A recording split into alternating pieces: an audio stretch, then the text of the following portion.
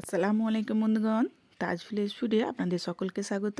আশা করি আপনারা সকলেই ভালো আছেন। আজ আমি বানিয়ে ফেলেছি পুর ভরা ক্যাপসিকাম। তো আনাজুলি মাসিটা অনেকগুলো ক্যাপসিকাম নিয়ে এসে দিয়ে দিয়েছিল, তাই কী বানাবো করে মাথায় এলো। তো আজকে ক্যাপসিকাম দিয়ে একটা রেসিপি বানিয়ে নিই, আর সেটা হলো পুর ভরা ক্যাপসিকাম।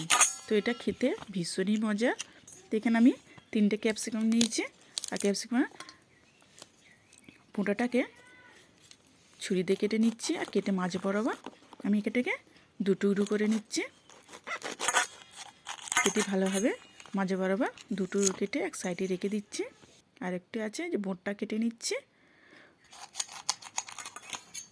ক্যাপসিকামের যে ডাঁটাটা কেটে নিয়ে ভালোভাবে দুটুকরো করে নিয়েছি, এক সাইডে রেখে দিয়েছি। আমি চলে এসেছি উনুনে, কড়া বসিয়ে দিয়েছি আর দিয়ে দিচ্ছি তেল। আর তেলে একটু ফোড়ন দেওয়ার জন্য আমি নিয়ে নিচ্ছি কারি পাতা। তো কারি পাতাটা আমি দিয়ে দিয়েছি। এটি দিয়ে দিলাম একটি বড় সাইজে পেঁয়াজ কুচি, দিয়ে দিকে ভালোভাবে নাড়াচাড়া করে নেব। নিয়ে এর মধ্যে দিয়ে দিচ্ছি দুটো কাঁচা লঙ্কা কুচি করে নিয়েছি, এর মধ্যে দিয়ে ভালোভাবে নাড়াচাড়া করে নিচ্ছি।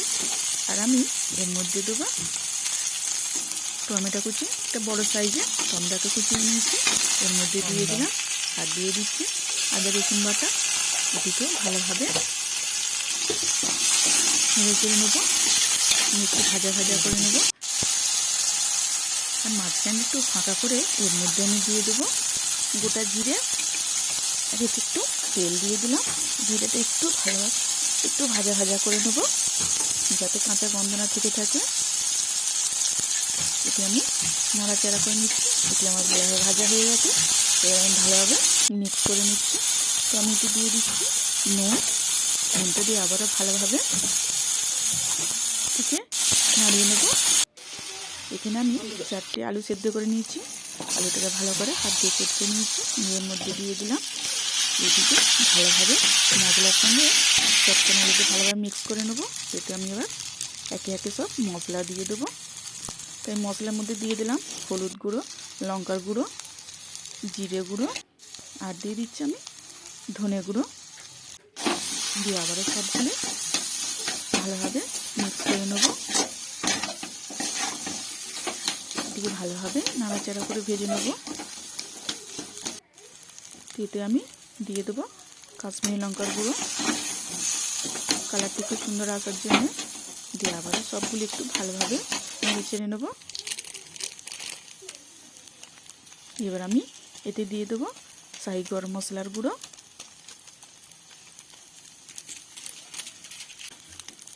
দিয়ে আবারও একটু ভালোভাবে নাড়াচাড়া করে নেব শাহি গরম মশলাটা।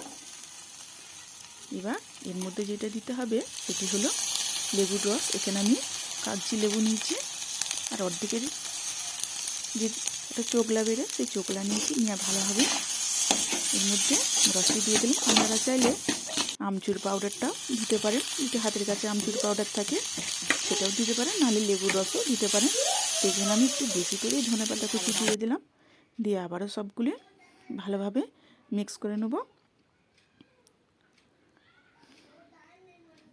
তো এটি আমার হয়ে গেছে আলু ভাজাটি। এটি ঠান্ডা করে নেব। তো যেখানে ক্যাপসিকামগুলো আমি এখানে যে কেটে রেখেছিলাম, ভিতর দিয়ে যে বীজগুলো ক্যাপসিকামের দানাগুলো, সেগুলো একটু ছুরির সাহায্যে কেটে পুরো পরিষ্কার করে নেব। দেখুন। আর হ্যাঁ বন্ধুরা, এরকমভাবে যদি একবার ক্যাপসিকামের পুর এরকম ভাজা করে দেখবেন, খেতে ভীষণই মজার হয়। তো ছোট থেকে বড় সকলে খুবই পছন্দ করবে। মেয়েটা তো বলছিল যে মা, খুবই লঙ্কার যে ঝাঁঝ হয়, ঝাঁঝ আসছে, খাবো কী করে। তো মেয়েটাকে বলছি এই কাশ্মীরি লঙ্কা ঝাঁঝ এত যে খুব সুন্দর একটা যে সুগন্ধ বেরিয়েছে, কিন্তু ওর ঝাল অতটা হবে না।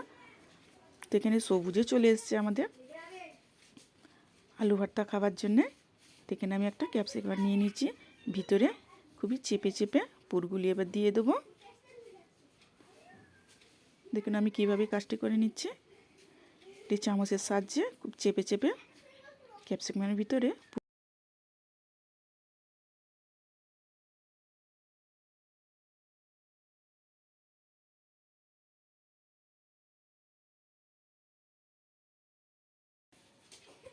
আমার একটি হয়ে গেছে, আর একটি আমি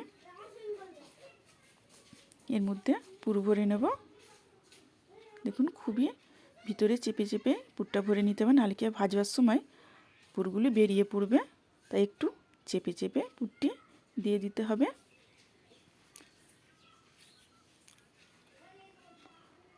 তো হ্যাঁ বন্ধুরা, একবার হলো আপনারা এটি বাড়িতে তৈরি করবেন আর আমাকে জানাবেন কেমন হয়েছে। খেতে এটি ভীষণই মজার হয়, আর এটি রুটি বলুন পরোটা বলুন সবের সঙ্গে খুবই ভালো লাগবে।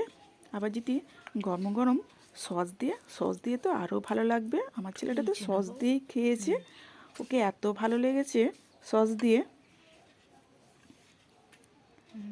তো আমি একে একে সবগুলি পুর ভরে নেব।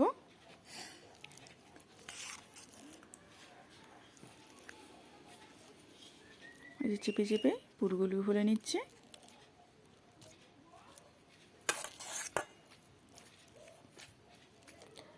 আর এতে যে লেবুটি দেওয়া হয়েছে এর টেস্টটি আরও অন্যরকম হয়ে গেছে। তো আমার একটি বাকি আছে, এটাও ঠিক একইভাবে পুরটি ভরে নেব চেপে চেপে।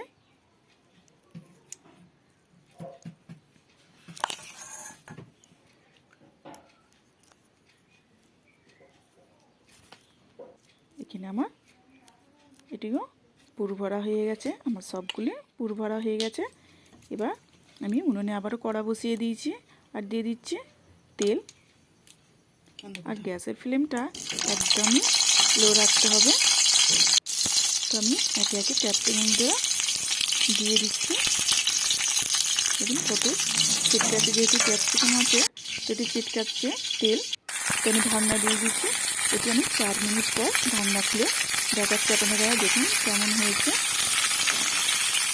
এটা কত ভাজা ভাজা হয়ে গেছে। আর আমি ভালোভাবে এটিকে উল্টে নিচ্ছি। উল্টে নিয়ে এবার এদিকটা করে আমি নুন দিয়ে দিলাম। নুন দিলে নুন না দেওয়ার কারণে এটি ফিকা লাগবে, তাই এদিকে নুনও দিয়ে দিলাম। আর একটা কি, যে তেলটা ছিটকাচ্ছে সেই তেলটাও আর ছিটকাবে না। তা আমি আবারও ঢাকনা দিয়ে ঢেকে দিয়েছিলাম। আবারও 4 মিনিট পর আমি ঢাকনা খুলে উল্টে নেব। ঠিক একইভাবে উল্টে পেল্টে ভালোভাবে এটিকে ভেজে নিতে হবে। আর কিন্তু গ্যাসের ফ্লেম একদমই লো রাখতে হবে।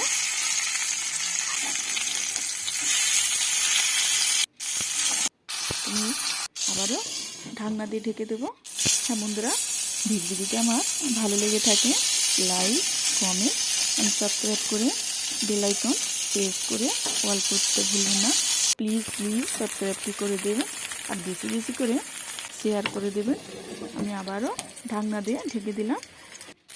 আবার 3 মিনিট পর ঢাকনা খুলে দেখুন আমরা দেখাচ্ছি এটি আমার ভালোভাবে একদম সেদ্ধ হয়ে গেছে আর একদম পারফেক্ট হয়ে গেছে। ব্যাস আমার রেডি পুর ভরা।